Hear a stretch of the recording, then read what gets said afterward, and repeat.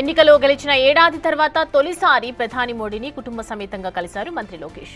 సతీమణి బ్రాహ్మిణి, తనయుడు దేవాంశ్తో కలిసి ఢిల్లీలోని ప్రధానమంత్రి నివాసంలో నరేంద్ర మోడీని కలిశారు. ఈ సందర్భంగా యువగలం కాఫీ టేబుల్ బుక్ ని ప్రధానమంత్రి ఆవిష్కరించారు. అనంతరం యువగలం విశేషాలతో రూపొందిన పుస్తకంపై సంతకం చేసి లోకేష్ కు అందించారు ప్రధాని.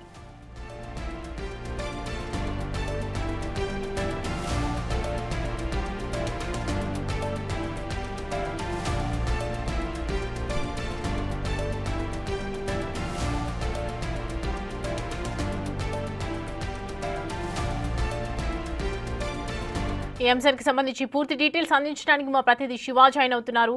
శివ, లోకేష్ కుటుంబ సమేతంగా వెళ్లి కలవటం ప్రధానమంత్రి భేటీకి సంబంధించి డీటెయిల్స్ ఏంటి? రైట్ సౌమ్య, ప్రధాని నరేంద్ర మోడీని నిన్న కుటుంబ సమేతంగా నిన్న సాయంత్రం 7:30 భార్య బ్రాహ్మణి, కుమారుడు దేవాంశ్తో కలిసి ప్రధాని నరేంద్ర మోడీని కలిశారు. కలిసిన తర్వాత మరి ముఖ్యంగా ఏదైతే ఆంధ్రప్రదేశ్ పర్యటన సందర్భంగా ప్రధాని నరేంద్ర మోడీ కుటుంబ సమేతంగా ఢిల్లీకి ఆహ్వానించారు నారా లోకేష్ను ప్రధాని నరేంద్ర మోడీ. దానిలో భాగంగా ఆయనకు నిన్న అపాయింట్మెంట్ ఖరారు చేసిన నేపథ్యంలో నిన్న ఢిల్లీ చేరుకున్నారు. ఢిల్లీ వచ్చి ప్రధాని నరేంద్ర మోడీ నివాసానికి వెళ్ళి ఆయన ఏదైతే 2024 ముందు యువగాళం పాదయాత్ర చేశారో దానికి సంబంధించి 3132 కిలోమీటర్లు ఆయన పాదయాత్ర చేపట్టారు. దానికి సంబంధించి ఒక బుక్ కూడా రిలీజ్ చేసిన పరిస్థితి కనిపిస్తోంది. యువగాళంకు సంబంధించిన ఒక బుక్ను ప్రధాని నరేంద్ర మోడీ చేతుల మీదుగా తన నివాసంలో రిలీజ్ చేశారు. దానితో పాటు దానిపైన సంతకం చేసి ఆ బుక్ను కూడా ప్రధాని నరేంద్ర మోడీ నారా లోకేష్కు అందించారు.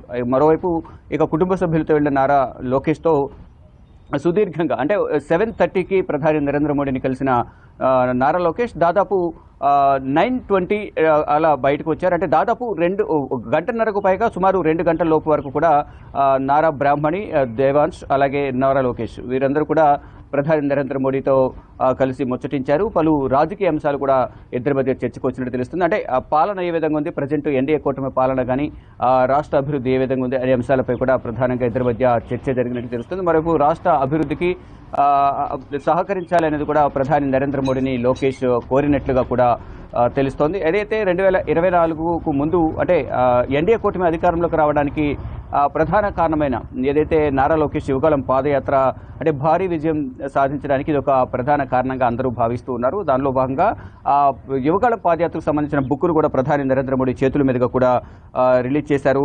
ఇక బుక్ ఆవిష్కరించిన సందర్భంగా వారి కుటుంబాన్ని నారా లోకేష్ అలాగే బ్రాహ్మణి, దేవాంశ్ ముగ్గురిని కూడా ప్రధాని నరేంద్ర మోడీ ఆశీర్వదించారు. ఇక భవిష్యత్తులో రాష్ట్ర అభివృద్ధికి సంబంధించి సహకరించాలి అనేది కూడా ప్రధానంగా కోరినట్టు తెలుస్తుంది. 2047 వికసిత్ భారత్ లక్ష్యానికి చేరుకోవడంలో ఆంధ్రప్రదేశ్ తమ వంతుగా కూడా సహకరిస్తుంది అనేది కూడా నారా లోకేష్ ప్రధాని నరేంద్ర మోడీకి తెలియజేశారు. దానిలో భాగంగా ప్రధాని మోడీతో జరిగిన ఇదొక సమావేశం. ఏదైతే ఈ సమావేశం గతంలో ఎవరికి కూడా ఎంత సమయం కేటాయించలేదు, ఎవరికి కూడా డిన్నర్ కార్యక్రమం పెట్టుకోలేదని కూడా అందరూ భావిస్తున్నారు. దానిలో భాగంగా నరేంద్ర మోడీ లోకేష్ను పిలవడం, వారికి డిన్నర్ కూడా ఏర్పాటు చేయడం పట్ల అటు టీడీపీ నేతలైతే ఎంతో సంతోషం, ఆనందం వ్యక్తం చేస్తున్నారు. ఇక భవిష్యత్తులో ఈ బంధం మరింత బలోపేతం కావడానికి, మరింత ఈ బంధం అనేది స్ట్రాంగ్గా ఉండే విధంగా కూడా చర్చలు జరిగాయనేది కూడా ప్రధానంగా తెలుస్తుంది.